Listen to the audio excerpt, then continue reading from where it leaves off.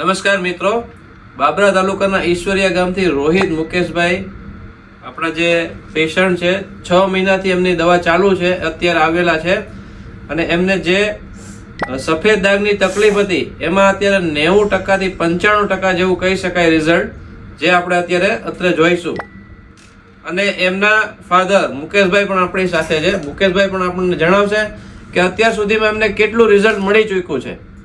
હાલમાં અત્યારે પહેલા આપણે દવા તો ઘણી લીધી હતી, પણ અત્યારે અમે અહીંયા જેતપુર ધારા એન્ટરપ્રાઇઝમાં આવ્યા હતી પછી મારા છોકરાને ઘણું રિઝલ્ટ મળ્યું છે. અને એનું રિઝલ્ટ જોયા પછી અમારા એક સંબંધી હતા, એને ખબર પડી એટલે એને પણ મને પૂછ્યું અને એમનો છોકરો પણ મારી સાથે આવ્યો છે.